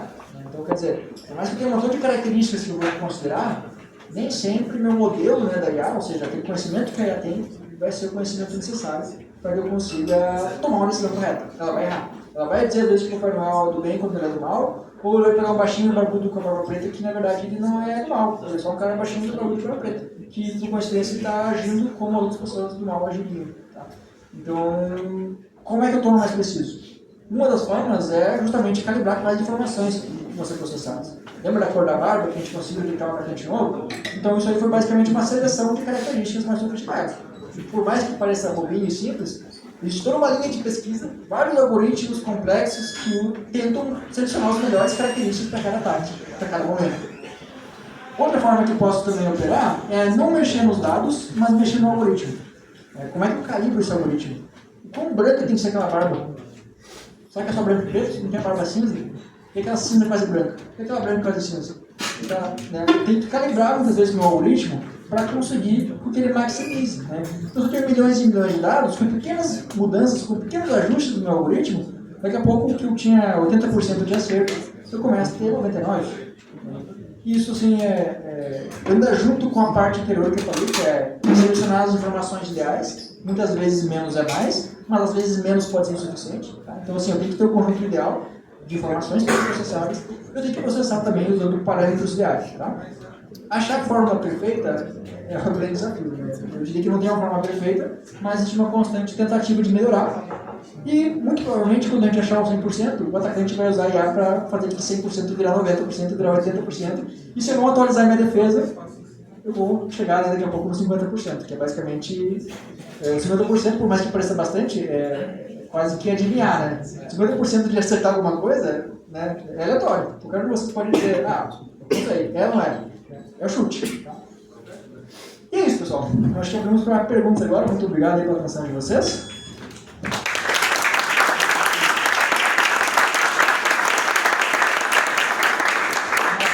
Perguntas aí, pessoal, mas fazendo a indagação inicial aqui, falou muito ali dos tipos de ataque e tal, como é que tá, e a questão da IA, como é que tá a evolução dos antivírus, né? Digamos assim, e a população em geral costuma usar para se defender, digamos, como é que tá a evolução dos antivírus, se estão usando IA já ou não? Se usa muito, tá? Ele quer saber porque ele já está quase ganhando. Pois é, tá valorando. Será que dentro do piloto já tá aí? Que a IA já pegou isso aí? Fique suspeito. Não, se usa sim bastante, tá? Já faz um tempo assim que já está introduzido. Então, o que o antivírus faz? Ele opera geralmente com o que a gente chama de detecção, né, de ameaças ou de comportamentos maliciosos, baseado em assinaturas. O que é uma assinatura? Uma assinatura é um registro que, né, bem ligado ao que a gente falou agora há pouco, ele tem um conjunto de características, né?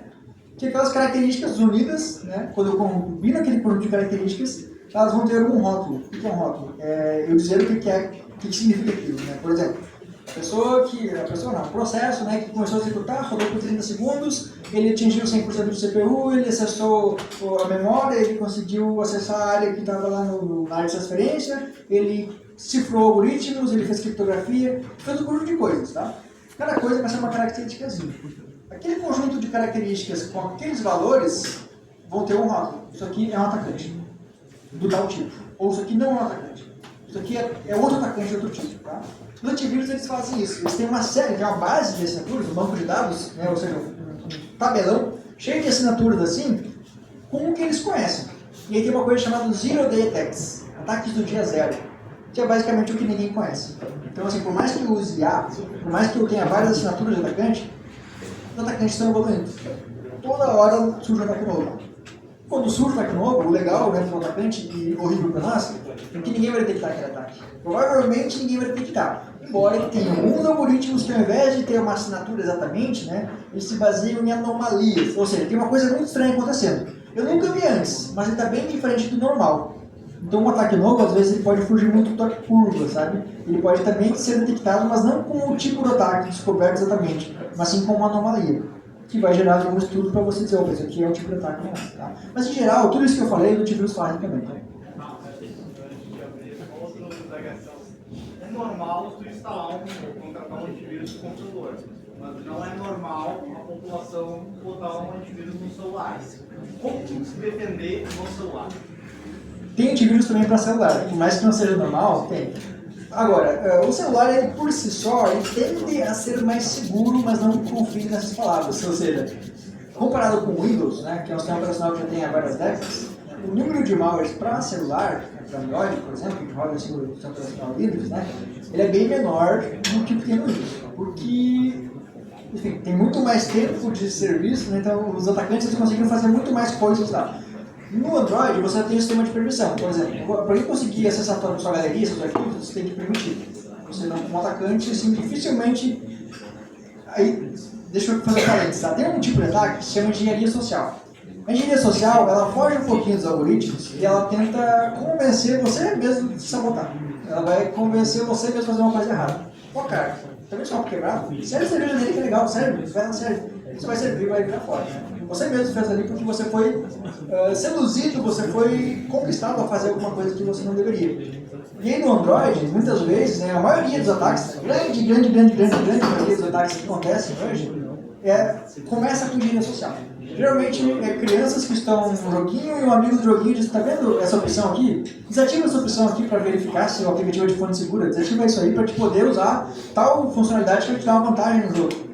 A criança inocente vai lá, faz isso, né, e aí abre portas para, se ela for o celular do pai dela, né, ou da mãe dela, enfim, vai abrir portas para o atacante roubar a senha do banco. Aconteceu, há pouco tempo aconteceu uma pessoa ligar para mim pedindo ajuda porque aconteceu isso. Estava lá na polícia, apavorada, na delegacia aqui na igreja. O delegado não sabia o que fazer, né, eles não são uma delegacia de crimes cibernéticos, e olha, procura o meio da computação. E aí, né, o que a gente faz? A criança tinha dado acesso ao seu e-mail, a pessoa, né, ele abriu as portas, ele deixou vulnerável. Então, assim, por padrão, você compra um celular, ele está muito pouco suscetível a ataques. Mas se você começar a instalar coisas ali, né, e dar permissão, e aí que tá, você se sabota, você vai dar permissão para aquele aplicativo ali que é editar fotos, você vai deixar aquele acesso dos arquivos, afinal ele precisa dessas fotos, né? Para que a gente fez esse aplicativo? Será que no atacante, ao invés de apenas, né, editar suas fotos, ele não tem o que chama de backdoor, né, que é uma porta dos fundos, que está enviando todas as fotos, e não só as fotos, mas todos os arquivos do seu celular para um servidor do atacante? Um antivírus do celular, ele poderia pegar isso. Não é comum, como você disse, mas existe. Deveria ser mais comum do que é. O professor poderia disponibilizar um drive com algumas ferramentas de análise do Windows ou de outros sistemas de vulnerabilidade. Posso sim. Me manda uma vez quando você tá ali. Embaixo é meu Instagram, tá, pessoal? As duas formas para mim é tranquilo de responder. Tem um monte de pesquisa de alunos meus em andamento, inclusive uma delas é do Hansler. E aí a gente tem. Cada ataque tem um objetivo, como a gente falou aqui, né? O Hansler especificamente, ele tem toda uma questão de explorar as vulnerabilidades do Windows para fazer aquela coisa de sequestrar os dados, etc. Tem um artigo recente que a gente está fazendo agora sobre especificamente esse tipo de ataque. Tá? Então lá a gente tem um montão de ferramentas, de algoritmos, de códigos que servem para gerar esse tipo de ataque, ou seja, a gente usa uma máquina virtual que ela é isolada, né, que não espalha, porque o Hansler dispara. Tá? Coisa que eu não mencionei antes, se um computador pegar um Hansler, por exemplo, esse aqui pegou, todos aqui dessa rede potencialmente vão pegar também, porque eles disparam pela rede. Tá? Então para pesquisa, a gente usa uma coisa chamada sandbox. Sandbox é uma máquina isolada, que a coisa que está dentro não sai dali. Né? Como você tem uma fera dentro de uma jaula. Né? Então a gente usa isso para conseguir extrair os comportamentos. Então a gente tem, por exemplo, algumas pesquisas de andamento que a gente monitora, e aí, como é que esse tipo de Hansler funciona. E aí, mais um parênteses, né, que eu não falei antes, tem vários tipos de ataque. Um deles é o Hansler. Mas na verdade o Hansler não é um ataque, ele é uma categoria de ataques. Então tem vários tipos de Hanslers também. Infinidade de tipos de Hansler diferentes. Todos eles sequestram dados, mas cada um deles tem uma estratégia diferente. E às vezes, se o seu antivírus está treinado, ele conhece um tipo de Hansler, mas o atacante ele modificou e fez um Hansler um pouquinho diferente, ele pode ser que não seja detectado. É uma evolução contínua. Assim. Mas respondendo a pergunta, sim, tem um montão de fontes lá. Não é exemplo do Hansler, mas tem outras pesquisas com outros ataques, então se você me mandar, eu posso te mandar uma lista do que eu estou fazendo. Até que ponto a gente pode, por exemplo, confiar numa inteligência artificial? No sentido de que, por exemplo, assim, eu peço para uma inteligência artificial da magnitude do nível do ChatGPT criar um texto para eu colocar no meu artigo científico, mas já existem inteligências artificiais que conseguem identificar esses tipos de padrões, entendeu? Já conseguem identificar que a escrita não é minha, que isso é um plágio, etc. Existe algum tipo de certificação, algum tipo de ISO, um selo de qualidade para a inteligência artificial? Não, assim, é um ponto bem, uma pergunta muito legal, assim, porque assim, estão começando movimentações para regulamentar a IA. Tem uma lei europeia, que foi a primeira lei que eu já vi, né, que eu não lembro o nome dela agora, que ela é parecida com o que a gente tem aqui, que é o LGPD, que já tinha a GDPR também, que é a de proteção de dados, mas que ela regulamenta, né, a privacidade dos dados da IA. Tá? Então, não é exatamente o que você perguntou, tá? Mas só para falar assim, em termos de regulamentação, o que eu conheço já para IA, de mais recente, que surgiu esse ano agora, 2024, é uma lei nova europeia, se não me engano, eu não vou lembrar exatamente agora, mas tem uma lei nova, que foi a primeira lei que está regulamentando alguma coisa de IA, porque a IA é muito nova, a IA é muito nova. Então, respondendo parte da sua pergunta, né, que era a parte de regulamentação, não tem um selo de certificação. Como você mesmo disse, tem IAs que detectam IAs, mas essas IAs também erram, porque elas são IAs. Né? Então, assim, você não pode ter... Aí, respondendo a primeira pergunta, né? Qual o nível de confiança que você pode ter na informação da IA? Por si só por usar IA, tem que ser zero. Você não pode confiar no que está vindo ali. Você vai ter que sempre verificar, principalmente se você gerar um texto. Por outro lado, né, a IA, como a gente viu aqui, ela aprende a todo momento. Então, assim, se você gerar vários textos, né, sobre algum conteúdo científico, a China, assim, tem muita coisa verdadeira ali, não é pequena, é alta, tá? O problema é o que você não pega, né? Aquelas entrelinhas, porque às vezes a gente dá um texto ali de 30 parágrafos, todos verdadeiros, mas no último ele escreveu uma frasezinha que tá super errada.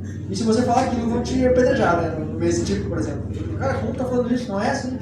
Então, assim, não confia, para começar. E aí entra uma coisa que eu falei aqui, que é como é que a gente explica nessa pergunta aqui. Como explicar decisões da IA? Existe uma área chamada Explainable AI, a gente chama de SHAI, que é justamente isso. São técnicas e aí tem bibliotecas de código específicas para isso. Você dizer, olha, essa decisão, essa informação aqui, ela está sendo tomada, sendo divulgada com base nisso. No ChatGPT, por exemplo, que você mencionou, não tem isso. Como você não tem acesso ao algoritmo, você não pode explicar o que ele está dizendo. Mas você pode pedir para ele explicar, e muitas vezes, se você pedir para ele explicar, ele vai assumir, olha, realmente não tem referência a isso. Uma coisa legal do ChatGPT é que além do ChatGPT convencional, ele tem alguns aplicativinhos, se você já viu ali, né? Um deles é o Scholar GPT, que ele te responde baseado em artigos.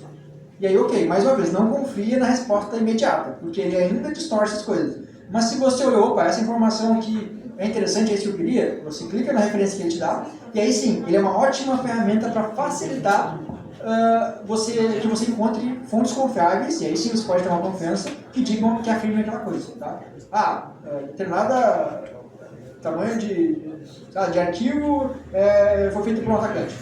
Se ele disse isso, você clicou na referência e você acha o artigo científico, ele mostra o link mesmo, você clicar, ele já abre o artigo publicado num lugar de renome, e você vê que está falando realmente do tamanho do pacote que está revelando ataque, aí você confia. Aí você pode ter, ainda não é 100%, mas é uma alta taxa de confiabilidade. Porque até em locais renomados, né, revisados por pares, pode passar e pegar alguma coisa, embora a probabilidade seja mínima, né? Mas pode.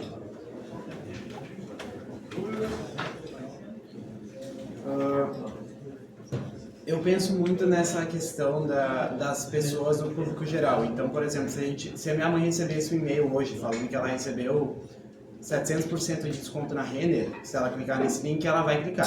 Ela vai fazer o login, enfim.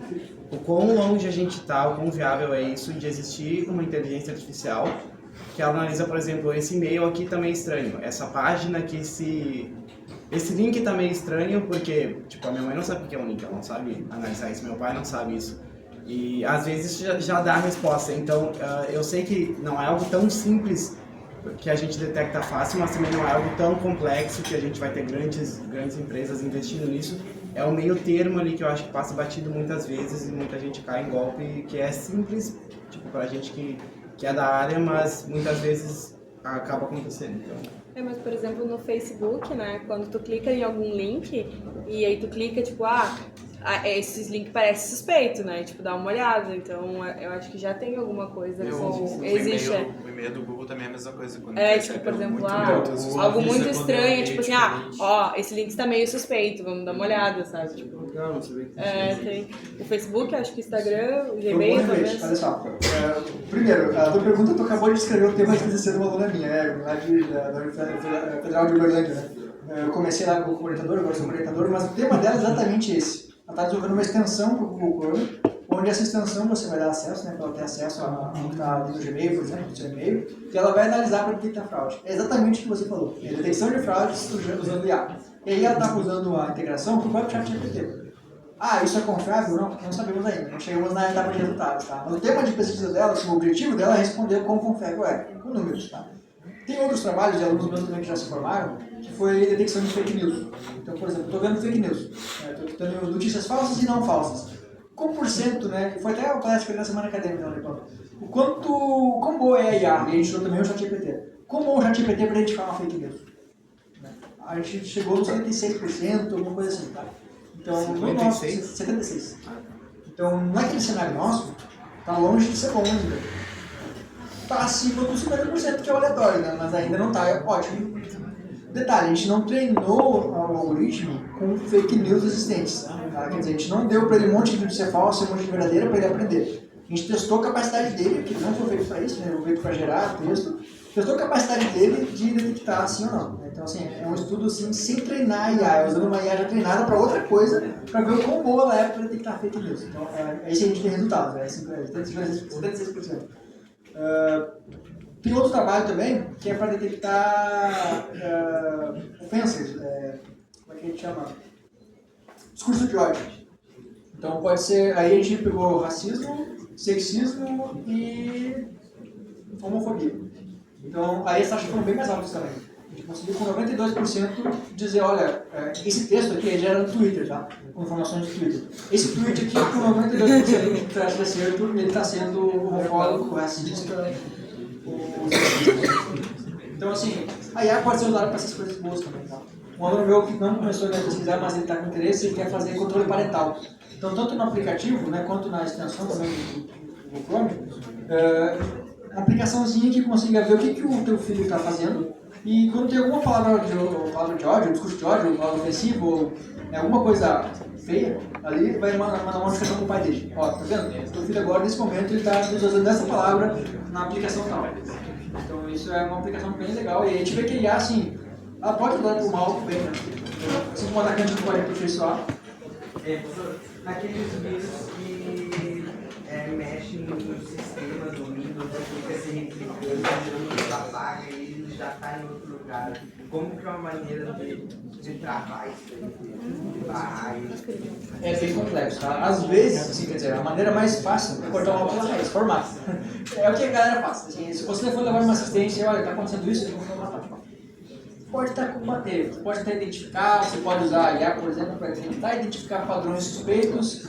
Só que o problema é que se ele começar a operar depois de ter sido replicado, quer dizer, quando você detectou aquele comportamento suspeito, já tem 10 cópias dele, você vai ficar ali infinitamente apagando cópias, tem que ser bem sofisticado. Não vou dizer que é impossível, tá? Mas às vezes não é praticável, ou seja, não vale a pena muitas vezes. Vai a pena você fazer um backup, passar um antivírus naquele backup ali, por exemplo, né? E garantir que você não está copiando mais uma vez o vírus, porque pode acontecer também. E você tentar, então, assim, tirar a informação limpa dali e extrair para uma outra máquina. Última pergunta, Silvio. Tu tinha comentado de que constantemente vai melhorando uma IA de detecção e daí a outra de que originalmente é para fazer o ataque vai melhorando junto. Então, não seria talvez uma possibilidade de eu realmente imaginar em evoluir as duas junto? É algo meio arriscado, porque obviamente, por exemplo, eu estou falando algo meio voltado para GAN, principalmente. Tu vai estar treinando uma IA que faz ataques e vai estar treinando uma para defender ataques. Só que, claro, isso tem o perigo de que tu vai estar evoluindo o teu inimigo, só que também tem o ponto de que vai ser menos problemas que vão acontecer no futuro. Porque essa evolução, ela iria acontecer uma hora ou outra. Não, isso aí também é uma linha de pesquisa que acontece, a gente chama de adversarial attacks. Então, assim, são os ataques adversários, que é basicamente o que você está dizendo, que é atacar a própria IA para você fazer a IA perceber que ela pode ser atacada e ela aprender com isso. E é assim, você falou que é perigoso, mas pode não ser perigoso, porque você pode criar esse algoritmo, mas não divulgar ele. Ele é perigoso quando você divulga, quando você abre. Mas o que geralmente as empresas fazem, por exemplo, ou os próprios pesquisadores? Você acaba de divulgar aquilo depois que já está... Ou você não divulga, né? Ou você divulga aquilo depois que já tem a solução. Então, muitas vezes acontece isso. E aí o parênteses, né, que acontece muito com as vulnerabilidades. Determinada empresa, firewall, enfim, tem um mecanismo de segurança que está vulnerável. E aí saiu lá nos jornais, está vulnerável. Se você só divulgar assim, todo mundo vai explorar aquela vulnerabilidade, vai fazer o ataque porque você sabe, determinado banco está sem cofre, está sem porta no cofre, todo mundo vai lá, os assaltantes vão lá roubar. Geralmente eles fazem isso depois que a porta já foi corrigida. Né?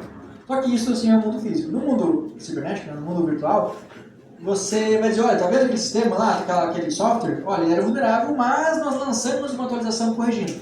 Qual que é o grande problema? As pessoas não atualizam, as empresas não atualizam. Então tem inclusive ferramentas, uma delas é o Shodan, se você digitar no Google Shodan, S-H-O-D-A-N, você consegue fazer pesquisas por protocolos de internet, por softwares que estão online, disponíveis e estão vulneráveis. E não é pouca coisa. E muita coisa vulnerável atualmente. Mas ninguém corrigiu? Sim, corrigiram, só que a galera não atualiza. Ainda mais se é um servidor que está rolando, está bonitinho. Tem muita aquela filosofia assim em algumas empresas, né, que não é nada segura, né? Por que eu vou mexer se está funcionando? O meu sistema bancário, daqui a pouco, ele está funcionando desde 98 e nunca parou. Por que eu vou mexer nisso agora para poder mexer e quebrar tudo? Acontece muito. Nessa filosofia aí, é que muita gente se dá mal, né? Que deixa o componente centralizado e se o atacante... O que o atacante... Se o atacante ele quer atacar, ele não começa atacando já. Ele começa mapeando, fazendo um escândalo. Mapeando quais são as possíveis formas de atacar aquela vítima. Ele primeiro escolhe a vulnerabilidade, para depois ele vai ver qual ataque ele faz. Ele não fala assim, eu vou fazer um ransomware e já era. Pode ser que seja muito difícil eu aplicar um ransomware porque tem muita defesa para ransomware. Agora, se eu fizer uma varredura e perceber que aquela máquina, aquele servidor, ele está usando um componente que em 2004, 2019, 2024, um mês atrás, estava vulnerável, quer dizer, ele ainda está vulnerável naquele computador, não foi atualizado. Então é por aí que eu vou atacar. Né? O ladrão, quando ele quer entrar no bar, né, pegando nosso exemplo, ele vai entrar pela porta que tem um cartão desse tamanho ou ele vai ver que tem uma telha solta que ele pode pular e cair ali? Ele vai para onde está o elo mais fraco, né? É isso aí. Eu tenho uma pergunta que é a seguinte. falou ali de explicabilidade, tá? Eu queria fazer uma pergunta relativa ao ataque à própria IA, os ataques adversariais.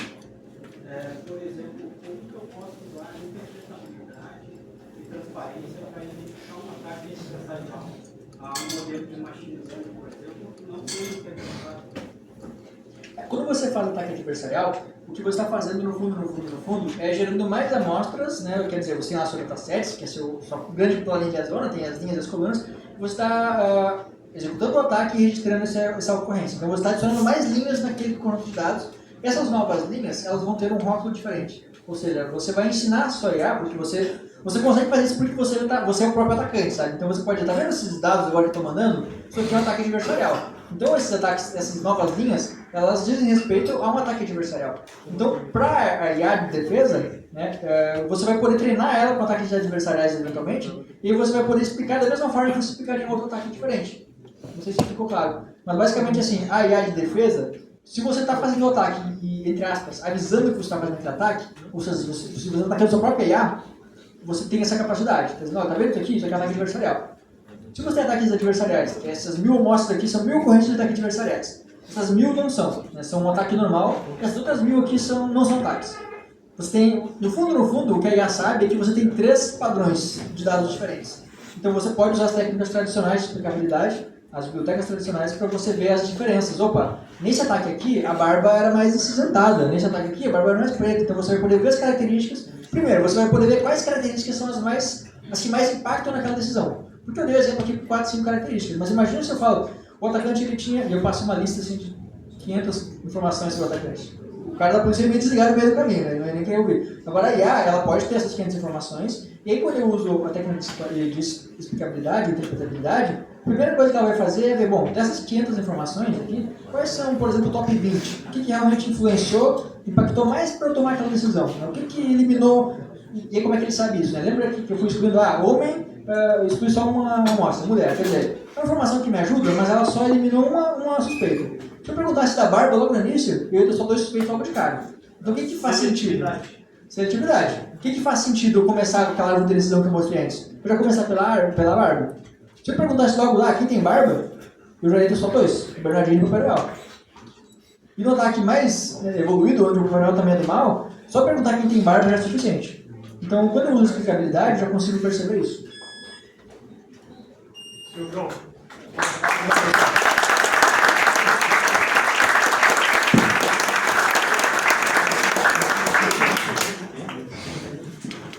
Pessoal, excelente palestra do Silvio aí.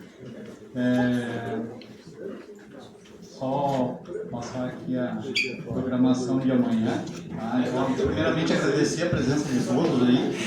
Eu acho que essa palestra do Silvio foi bem interessante aí. Vamos ver para o próximo ano aí trazer alguma temática nessa linha novamente. E convidar todos aqui para participar do último dia do evento, né? Então, no Vila, amanhã a gente vai ter a palestra do Pauta Profissionais na área de TI, e daí, né? Das professoras Aline e Alice. A palestra da professora Amanda, escada acima, escada abaixo, com quantos degraus se faz um software. E aqui no Chubola, a palestra do COSTESP, como sabemos se o material irá resistir a um determinado carregamento. E por que confiar na previsão do tempo, do professor Felipe Denardi. Então, ficam todos convidados aí a comparecer no último dia do evento. Lembrete a todos que o Paint está 10 pila aqui, o valor promocional aí para o evento. Então, sigam aí prestigiando o bar e prestigiando o evento. E aí, lembrando, amanhã, né, continua a campanha de doação aí, quem for prestigiar o evento aí, por favor, trazer doações, né, e obrigado aí pela presença de todos. Forte abraço.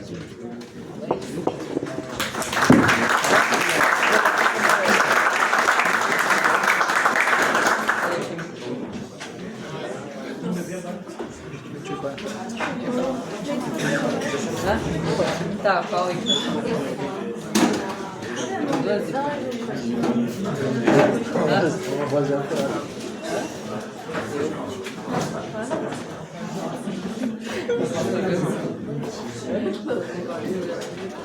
E agora Eu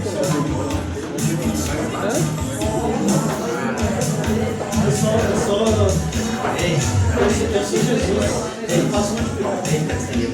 Eu só não faço. Eu sou Jesus também. Eu só não faço multiplicar